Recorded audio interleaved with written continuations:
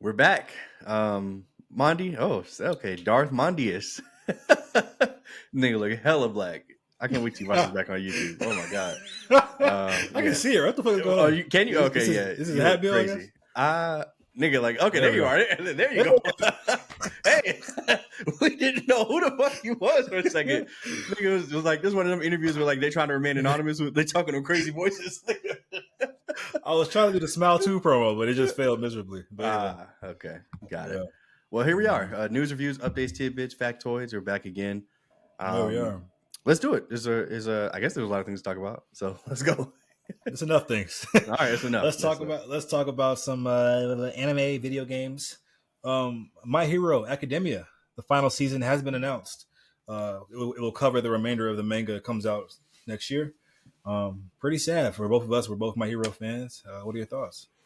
Yeah, man. I was kind of heartbroken when the manga ended. I thought for sure that there was going to be a part 2 announced, and there just hasn't been yet. I'm kind of still holding out hope, even though I literally have no idea how it ends. I mean, I know some things because you just can't avoid everything on Twitter. But yeah, I mean, this sucks. The show's finally over. This is one of my favorite animes of all time.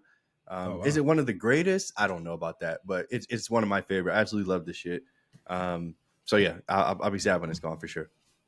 Yeah, I love My Hero too. I respect them for having finality, but at the same time, I said it before. I feel like this is one of those shows that kind of has the formula where it can kind of go on for on and on and on. That's for sure. It's always going to be villains, always going to be villains, always going to be heroes. Clashing. Anyway, but you're saying to like move on from Deku, like have a new successor. I mean, it's a world of superheroes. Maybe go somewhere else. It's always that going to be that kind of expansive world. You're trying to be like The Walking Dead, like have The Walking Dead Japan and The Walking Dead France. Not really, but yeah. Okay. But anyway, moving on. Sure. The One Piece anime is going on hiatus until April of next year, 2025. I know you're a big One Piece fan. How is it going to affect you? This is super interesting. I don't know if in its entirety of its run since 1999, it's done a 6-month hiatus. It typically takes a break for during the holidays and Christmas, but then it's right back. So a 6-month hiatus is crazy. I can only imagine this is because of the live action Netflix thing, and Oda is trying to do so much right now. And but then again, that's not true because the manga is still coming out every week. It's just the anime that's going on hiatus. So I don't know. Toei Animation, who produces the show, they released some statement saying that basically the quality of the episodes that we've been getting lately have just been so high. It's been putting a lot of stress on the team. They've been working overtime, and like they just need time to catch up. So okay, whatever. It better be perfect when it comes back, bitch. It better be fucking perfect.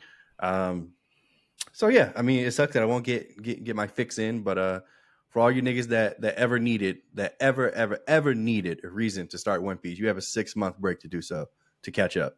Good luck. I'll see you in 1,000 episodes, 1,000+ episodes. 6 months is nothing. You can do it. It sounds like the animators have been working really hard, and you guys are fed as fans. It sounds like for One Piece because 6-month hiatus is like that's normal. That's normal. Yeah, I guess One Piece is just different. That's pretty cool.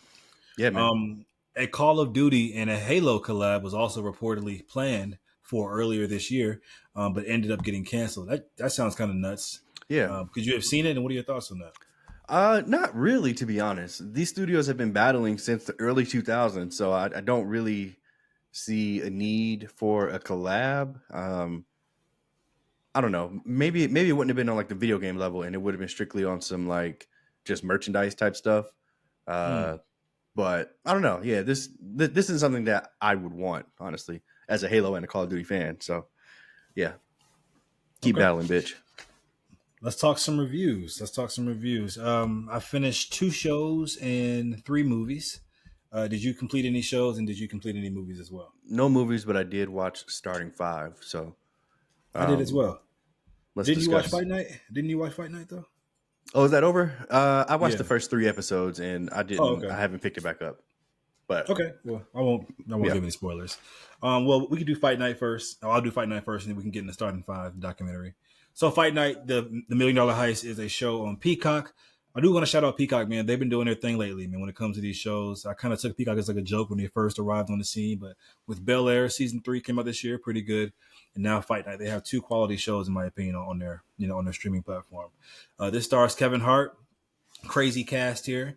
Kevin Hart, Samuel L. Jackson, Terrence Howard, Taraji P. Henson, Don Cheadle, the list goes on. And Kevin Hart is somebody who I've kind of had my flack with him lately, but he's honestly, he's a good actor. I'm not gonna lie. And he's one of those actors that he plays to the level of competition. I'll say that. Like when he's around Samuel L. Jackson and Terrence Howard, he can't bullshit. He can bring it. I mean, now match them, I'm not sure, but he was a good lead for this show. I'll say that for sure. And Samuel L. Jackson is just, it's almost like I forget how great he is. Like he's literally, it kind of pisses me off. He's kind of like left out of the conversation a lot of times. Like the greatest actors of our time. Like we talk about Leonardo DiCaprio, Robert De Niro, Denzel Washington. Like I feel like Samuel Jackson is right there in the conversation, in my opinion. A common complaint I hear about him is that he's always the same guy in every movie. I always choose to refute that every time I hear that kind of argument, because I think he brings a little bit of himself to every role, yes, but he's different. I think look at his last 5 roles. They've all been, very different in my opinion, but he's amazing. He's almost too good for this show, in my opinion. Terrence Howard had a lot to do in the back half of the season, which I appreciated. Cause like, why we even have Terrence Howard? We're not going to use him. Like what Terrence Howard brought to the table. Don Cheadle is always fucking great. Yeah, just a really, really good cast. If anything, watch for the cast alone, in my opinion. These are some titans, not just titans amongst black actors, but like titans in the acting world. Being from Atlanta myself, it was really cool seeing how Atlanta was interpreted in the early 1970s, late 1960s, and kind of seeing like this like blaxploitation spin on what was going on. I'm a big fan of blaxploitation. I was recently introduced to what blaxploitation even is by my mom, like last year. And so stylistically, it looks really cool and all that kind of stuff. For me, the biggest issue with the show, even though I really enjoyed it, was that it felt like it kind of blew its load a little bit too early. Like the best part of the show for me, from my opinion, was the heist portion, which is very early on in the series. The rest of the episodes are more so kind of like the aftermath of the heist and stuff like that. And it kind of just never met that level of entertainment. And so that's really the only complaint. I wish it was able to maintain that level of excellence throughout the entire, or entertainment, should I say, amongst the entire series. But overall, I give Fight Night, the $1 Million Heist, I give it a B-. I think it's a show that I'd recommend if you just want to see something new. I think it brings something new to the space. I enjoyed it overall. Nice. Love it. Do you plan on finishing it? I'm just curious. I do, yes. I just didn't know that the run was over. Yeah, it's 8 episodes, so yeah. Got it. All right, let's talk Starting 5, the documentary on Netflix. This is an NBA documentary that covers the lives of 5 guys: LeBron James, Jimmy Butler, Jason Tatum, Domantas Sabonis, and Anthony Edwards. Yes, please give me your thoughts on this NBA documentary. Yeah. As like a diehard NBA fan, somebody that's loved the NBA for the overwhelming majority of my life,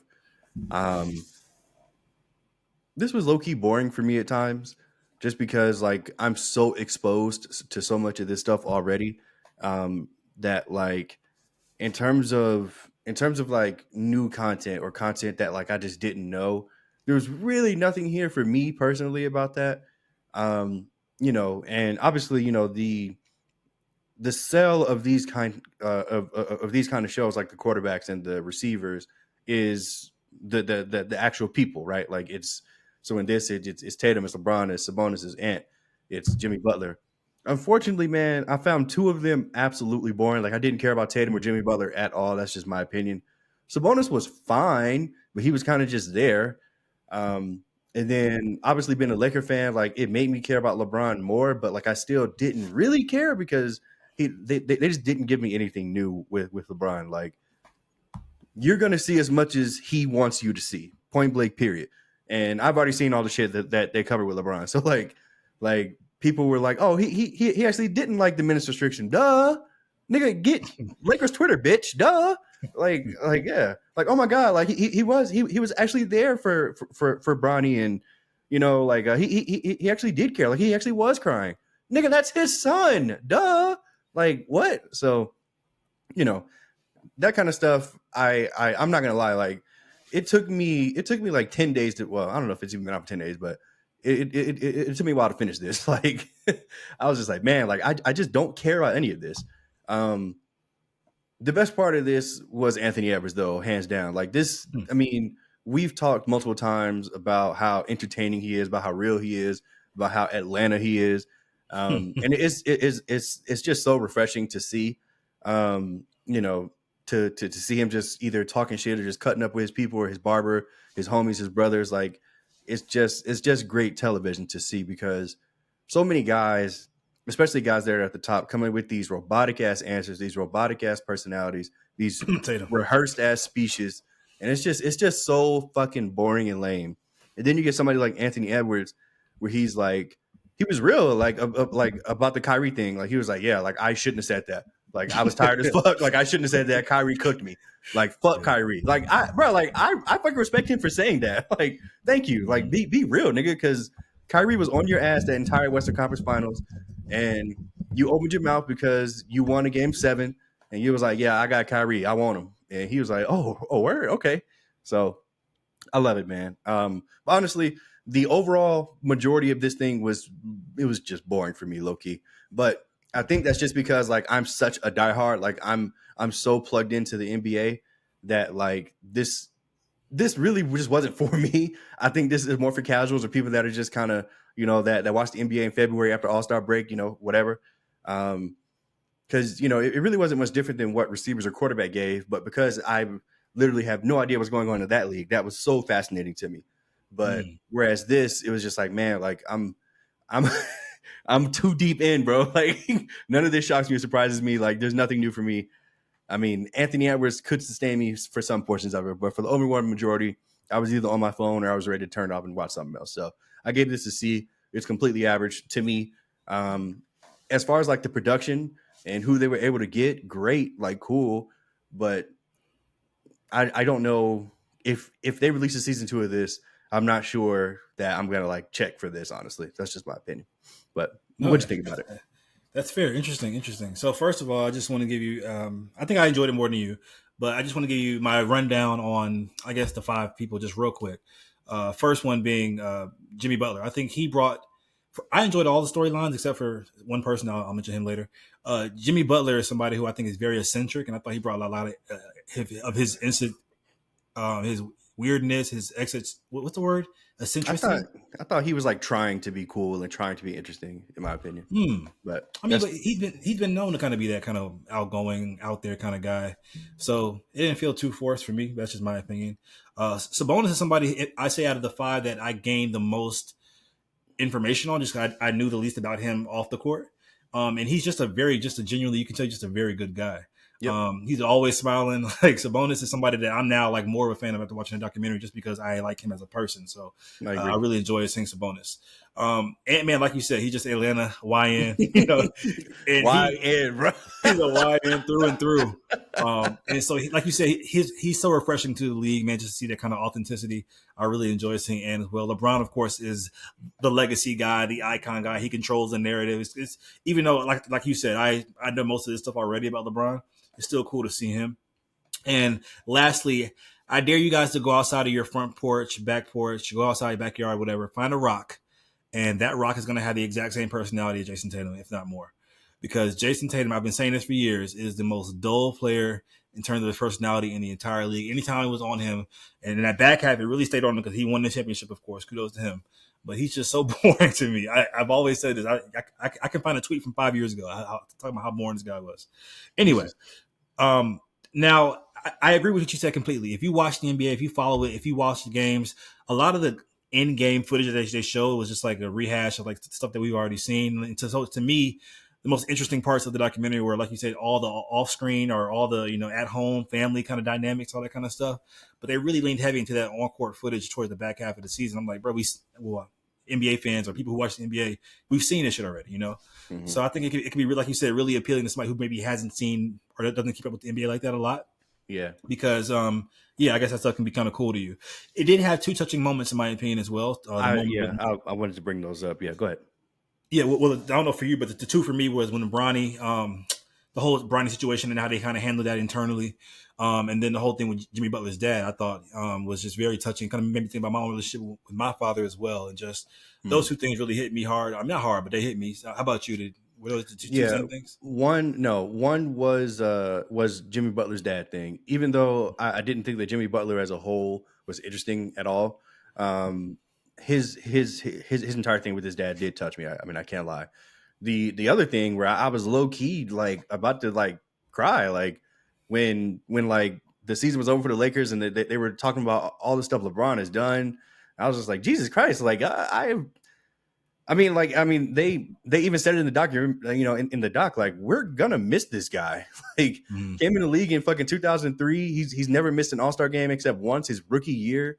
I mean, you know, the flag bearer for the USA national team, 4 championships, MVPs, beautiful wife, beautiful kids.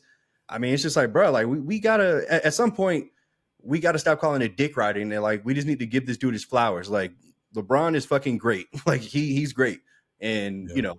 When they were giving him his little send off in the doc, I was like, Jesus Christ, like the nigga's not dead, like he's not like it was almost like we were never gonna see him again. It's just like damn, it's like All Might going into the yeah, like wait a minute, bro, like he's next. He's okay.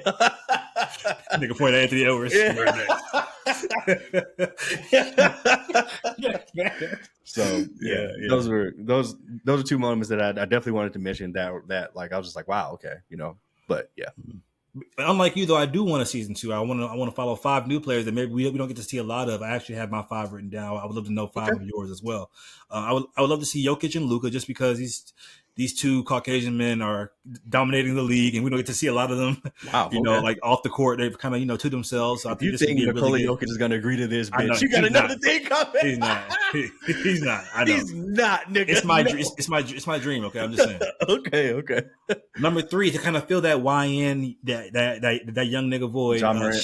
Shea. Oh, okay. I think Ja could be cool too, actually. Okay. But Shea, just because he's into the fashion, the kids love him, stuff like that. To fill that LeBron void of the legacy character or the player, it would be KD. Another guy that doesn't show a lot of his off-screen life as well, but so maybe it could be cool to see him, give him a proper send-off as well. And Zion at 5th, just because what is this freak up to off the court? I gotta know. I need to know what this freak is up to. Okay, but please, if you count off the top of your head, give me 5 that you would like to see next season. So to replace the boring role, give me Steph Curry. I know we see so much of Steph. I don't care. If they did LeBron, they got to do fucking Steph. That nigga is just as important to the league. Well, maybe not just as, but he's very, very important to the league. They got to do Steph Curry. I want John Morant. I mean, look, Adam Silver might not want it, but I want John Morant. Right? Yeah, exactly. Like, look, first of all, John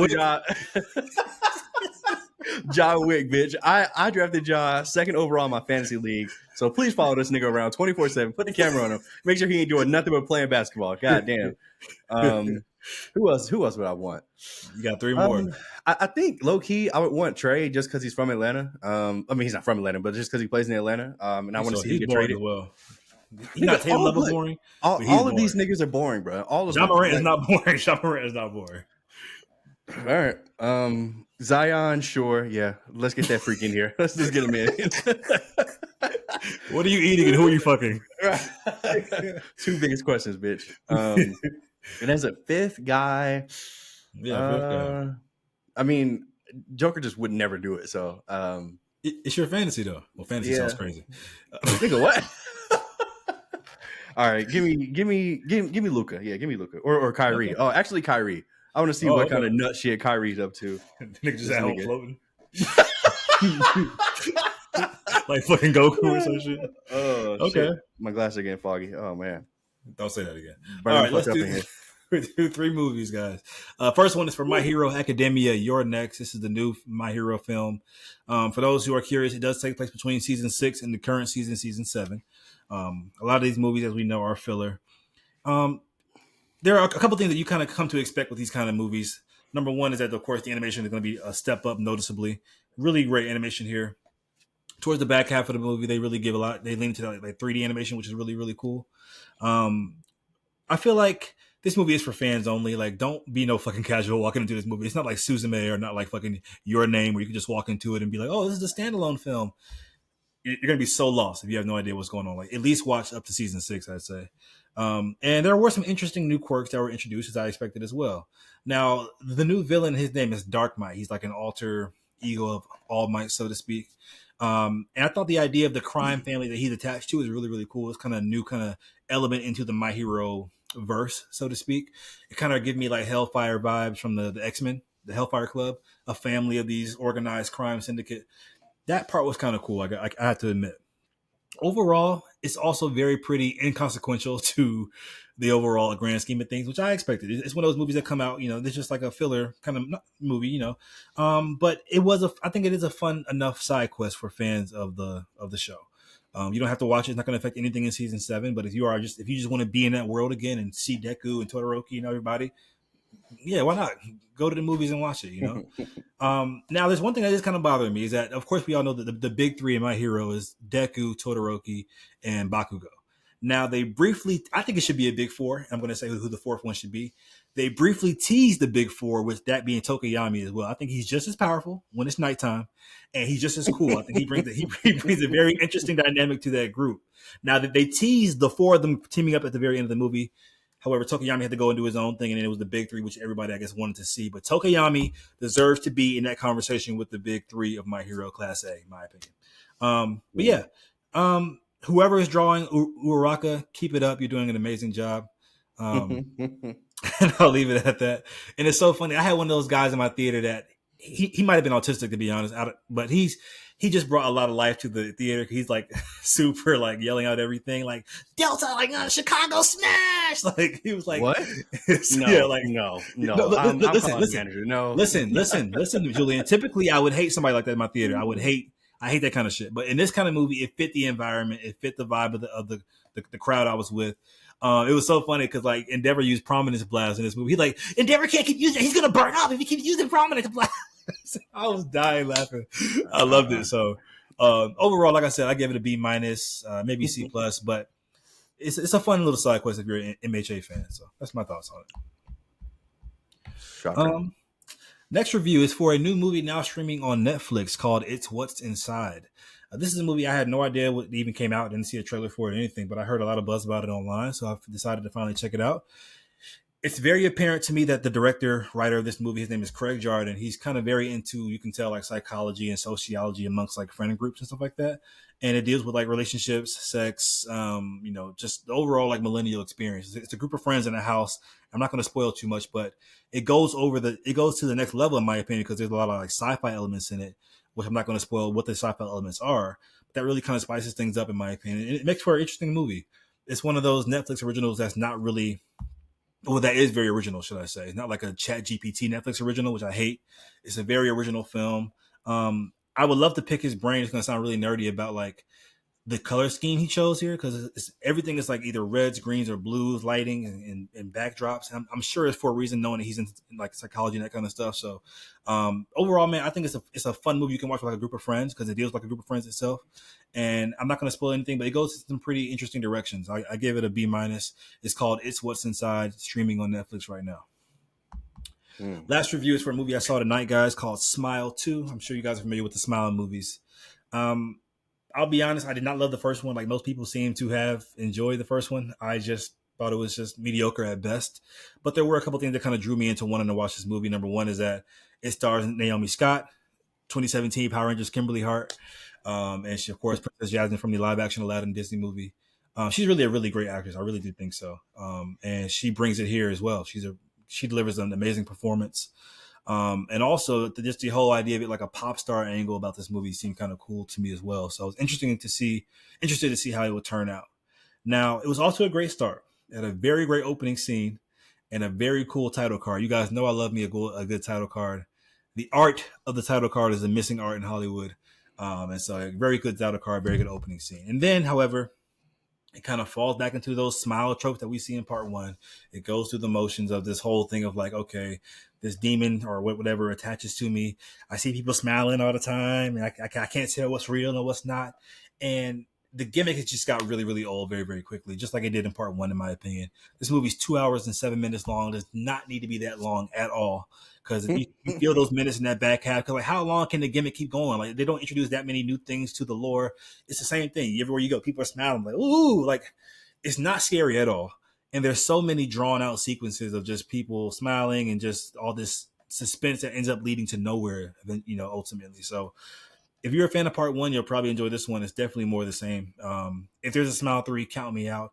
There definitely is a setup for a Smile 3 at the end of this movie. I'll say that for sure. But yeah, the Smile is just not for me, guys. So I gave it a C minus. I couldn't wait to get out of that damn theater when it ended. So yeah, it's my thoughts on Smile 2.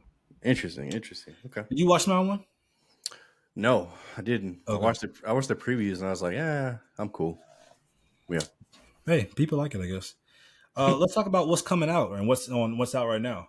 Ants. John Krasinski's If movie is now streaming on Prime Video. This movie came out earlier this year. The animated live action hybrid, Imaginary Friends movie. Yeah. It's now streaming on Prime Video.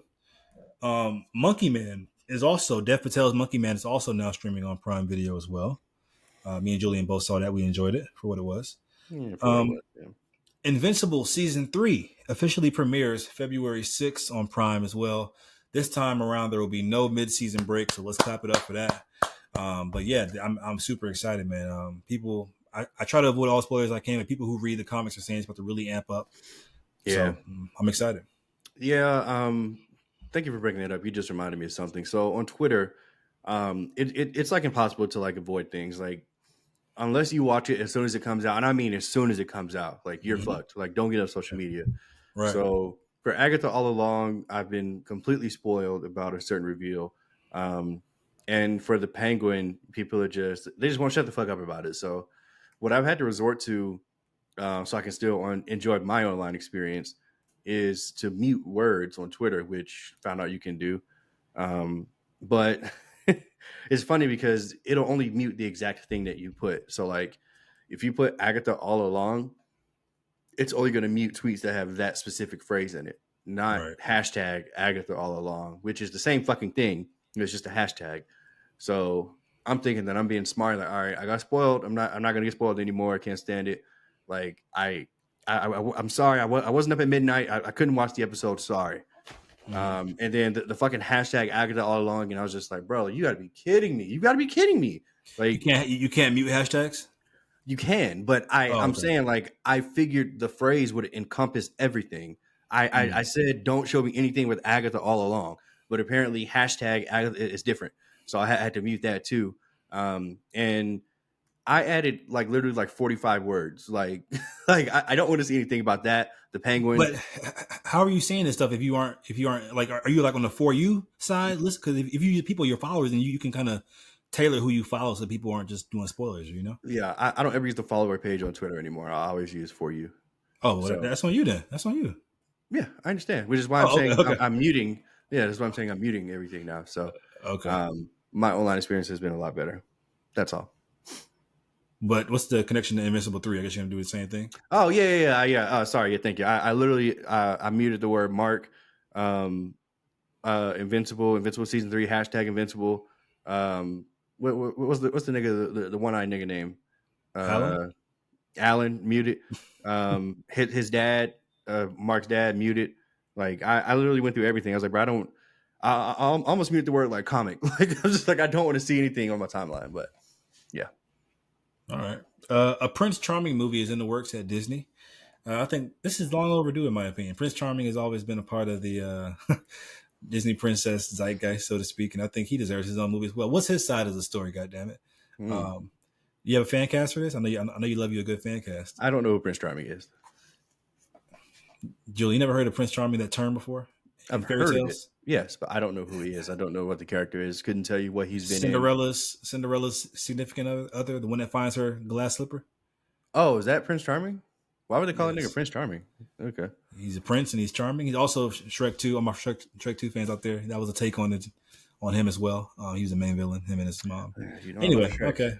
Yeah. Henry Cavill has been cast in the live-action Voltron movie.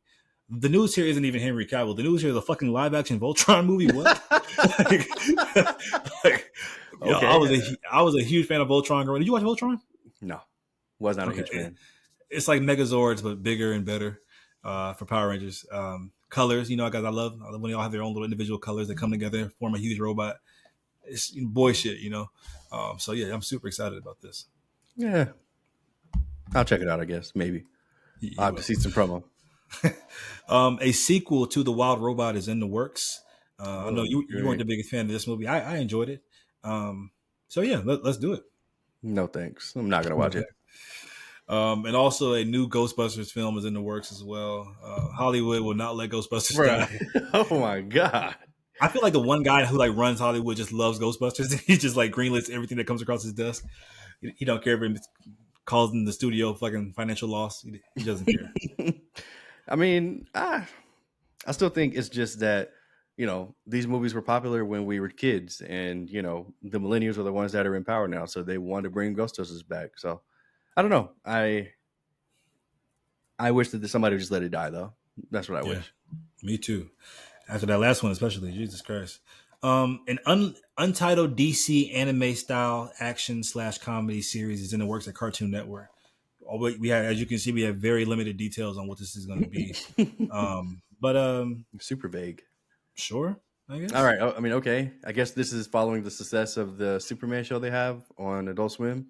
So they wanted to make something else. Okay. I'll give it a shot. Isn't that Superman show at Max, HBO Max? It's on Adult Swim as well? How do you know that? Mm-hmm. Okay. That's where I watched it originally. Venom: The Last Dance will serve as the beginning of Noel's story. He's known as the King in Black. The quote was, "He's way too powerful to have a one and done movie." For those who are unfamiliar, Noel is he's like the ultimate god of symbiotes in the Marvel comics. He's like an Avengers level threat. Played by Andy Serkis in the upcoming film. What are your thoughts? I hope this movie doesn't make any money, and I hope that this Noel movie never happens.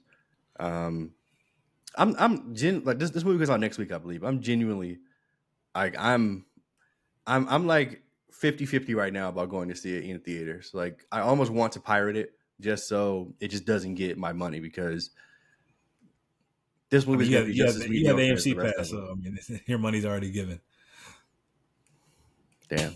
Yeah, that's true. But whatever. You're right. Honestly, I'm right there with you, brother. I mean, I'm going to see it, but I mean, I don't want to see this movie. And the more promo I see about it, the more I just don't want to see it. Yeah, I'm just like, bro, stop showing me stuff about this, please. Like, they got this nigga rapping and doing FaceTime with Meg Thee Stallion. Like, bro, oh boy. Oh my god. Anyway, gotta have something for the niggas. Gotta have something. In regards to the Noel news, this kind of gives me strong indication that Noel probably won't be in this movie very much. It's probably just like a teaser for the fans. Mm-hmm. And Sony's like, okay, they got something else to do. Fuck you, Sony. I fucking hate you. Mm-hmm. Unless this is a gateway to bringing back Andrew or Toby, then Sony, I'm all yours. Still fuck Sony. Well, I do love you guys Spider-Verse movies, but fuck y'all. Let's talk some tidbitties here. iRobot director Alex Proyas has called out Elon Musk.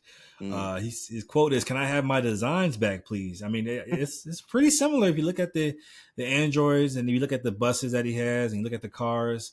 It does resemble the iRobot kind of style and aesthetic. Do you have any thoughts on this? Yeah, he definitely probably loved that movie, and he was like, "Guys, I got it. We're gonna make robots. We're gonna make trucks. We're gonna make cars, and this is how they're gonna look." And Elon Musk really, or whoever actually made this, like I'm sure Elon Musk himself didn't make this, but whoever actually made this is probably like, "We got him. Like this is great." The director saying something, I guess that's funny, but yeah, it's more than anything a ripoff. Yeah, more than anything, I'm just happy that iRobot is being mentioned again, and maybe this will prompt more people to see it. It's one of my favorite movies. I really love iRobot, man. So, what do you mean? It was financially successful. Yeah, but I feel like I haven't heard iRobot in like a long ass time. Just that movie name. So maybe people who haven't seen it before, maybe some of the Gen Z kids can be like, well, what's this iRobot movie? They'll check it out. Okay, they'll love it too. It's a great movie. It really is. It is. One of Will Smith's best. Probably Will Smith's best. My opinion. No, I Am Legend. Anyway, you haven't seen it. You can't. I haven't seen it. You're right. I haven't seen it. Let's talk some Christopher Nolan tidbitties here. Warner Brothers. This is so funny. They wrote Christopher Nolan a 7-figure check as a goodwill gesture to reimburse the fees he waived for the Tenet film, and to lure him back after Oppenheimer and how successful that was. Although Christopher Nolan accepted the check, he has chosen to stay with Universal for his next film starring Matt Damon. For those who don't know, Christopher Nolan left Warner Brothers like last year or something like that because they basically had like a new model of releasing their movies on the same day as like theatrical released and like on HBO Max. That really pissed him off because he was blindsided by that. And also they kind of had like creative control over some of his movies. And, Nolan's very prideful about his movies that he wants to make. So they tried to bring him back in. After Oppenheimer, of course, made a fucking $1 billion and all that kind of shit. And this nigga kept the check. That is so funny to me. But yeah, and it's also that's just funny. Yeah, I agree. It's actually hilarious if it's true. I mean, I mean, stuff like this is kind of hard to like take as fact, but It's if from a it's verified true, source. So if it's true, Christopher Nolan is hilarious. He was like, "Oh yeah, thanks, bitch, fuck out of here, bitch. nigga." Also, speaking of Christopher Nolan, his movie Interstellar, which Julian has still not seen, guys, one of the best sci-fi films of all time, in my opinion. Christopher Nolan planted 500 acres of real corn for that scene in the movie. You guys know what I'm talking about if you watched the movie. Just for the film, because he did not want to use CGI corn. After filming, he turned around and sold that 500 acres of corn and made back profit for the budget of the film. So that's insane to me. Wow, so that's pretty cool as well. Just a cool tidbit of Christopher Nolan. He seems like a really cool guy. you're a cool guy, Christopher Nolan. Last segment here, guys, is we're going to talk some trailers. Oh, We have the official trailer for the new Dune series on HBO Max coming out on November 17th. yeah. Dune Prophecy. We had a teaser earlier on this year, but this is the actual trailer with more like, I guess, narrative stuff. Sure. Did it sell you? You know, Mondy, no, it fucking didn't. I don't know. I don't know what it is about this series on HBO Max. I don't give a single fuck about this. Really? I really, bro. I don't Wow. care. Okay. I'm not gonna watch this honestly. Like Wow. the trailer, like I was just like, I just don't care about any of this. Like y'all are not doing a good job of selling me that this is something that I need to watch. I'm not watching it. That's how I feel. Like this trailer made me realize that. I was just like, I'm good. So Okay. yeah. Well, as a big Dune fan, I disagree. Many people Great. are calling it Game of Thrones in space or Dune Game of Thrones. That's what it looks like, and I agree, man. I'm here for it. Let's do it. Good. Hope you're right. Hope Um, I'm wrong. we have the trailer for a movie called The Legend of Ochi A24, starring Willem Dafoe and Finn Wolfhard, coming out next year. It kind of gives me like if A24 made ET, this would be their kind of take on it. What are your thoughts on this? And will you be looking at this? Yeah, I mean, I can't say that this felt super original, but you know, what do I know? I mean, I'm basing that on a 2.5 minute trailer, however long it was. So, in terms of the plot, it seems like something that we've probably seen before. It's ET. Uh, the creature itself looked cool, like design wise, I guess, but I'm not sure that this was like enough to get me to actually like watch or give a fuck about this. If I'm being real, Mm-hmm. um, Willem Dafoe is like everywhere though. Like this nigga's doing He's a like lot in like the he's like a past new year and Sam a half. Jackson, ain't he? Yeah, no, this nigga knew Jonathan Majors. This nigga working, boy. This nigga working. But yeah, I mean, it looked fine, but I don't think that I'm like excited to see this. No. Yeah, I agree, man. And not because he looks like a bad movie, like you said, just like we've seen it before. I hate movies that feel like they're trying to go for the heartstrings. Like, just let it happen organically. This movie going to try to pull at your heartstrings, I can tell. It just looks kind of manufactured, and I hope it's good, but I'll probably wait to hear how about it from other people. Last trailer here, guys, and the last part of today's segment is we have the first trailer to the new movie from the Russo brothers called The Electric State, coming to Netflix. They got the Avengers in here, literally. We got Chris Pratt, we got Millie Bobby Brown, we got Woody Harrelson, we got Ki-Hu Kwan, we got Anthony Mackie, Giancarlo Esposito. Really big stat cast. Coming March 14th on Netflix next year. Has a big budget, it seems like. What are your thoughts? You know, I read the cast notes or the cast names. I was like, okay, great, I'm on board. I read the directors. I was like, hell yeah. And then at the end, it was like on Netflix, and I was like, God damn. Um, my hope just immediately flew out the window for this. To be honest with you, I don't really remember much from the trailer. Even I literally just watched it like an hour ago, so that's not good. It's big ass robots fighting. Oh yeah. Like Chris Pratt is agreeing to help Millie Bobby Brown find her brother, who may be a robot, or I don't know. For some reason, Chris Pratt is wearing a terrible wig in this movie. Like, I don't get the obsession with like making characters like change. Like, bro, like we all know how he actually looks. Like, why cast him for this movie if you want him to have a fucking mop on his head? But whatever. Yeah, I mean, I loves me a good man versus machine. I really do. But Netflix has stolen my heart so many times. I just don't trust them at all. Even with the Russo brothers, even with all these names involved, I just don't trust them. So I'll wait to hear about it. I pray I'm wrong, and I hope this is amazing and all that, but I'm not checking for this. Yeah, man, I agree. It has all the ingredients. You got Russo brothers, you got a stack cast, you got a budget. The whole Netflix thing doesn't really bother me as much, but it's just the trailer itself is like, well, what the fuck is this? it didn't give me anything that made me want to watch this movie. I will watch it just because of Russo brothers, honestly. But I'm not excited to watch this movie. I hope this is a good thing. Maybe my inhale expectations. Yeah, you can only go up from there. So. Yeah, that's how it's been for Agatha all along. And we got fucking Millie Bobby Brown, the fucking one of the next Netflix 4 horsemen. So she's in everything with Netflix. But yeah, man, like I said, this trailer didn't do much for me, which is unfortunate because I was really excited just by the names alone. I agree. Yeah. Unfortunately. Yeah. Any lasting thoughts? Make sure you guys like the video, subscribe to the Current Era Pod, and comment down below. We're at 41 subscribers. Hey! Somebody saw a threat and was like, "Okay, I'm subscribing." Good. More you subscribe. Let us know. Did you watch Starting Five, and who was the most interesting? Who was the most boring character? Let us know in the comments down below. Mondy, you're the best. Thank you very much. Yes, sir. Thank you.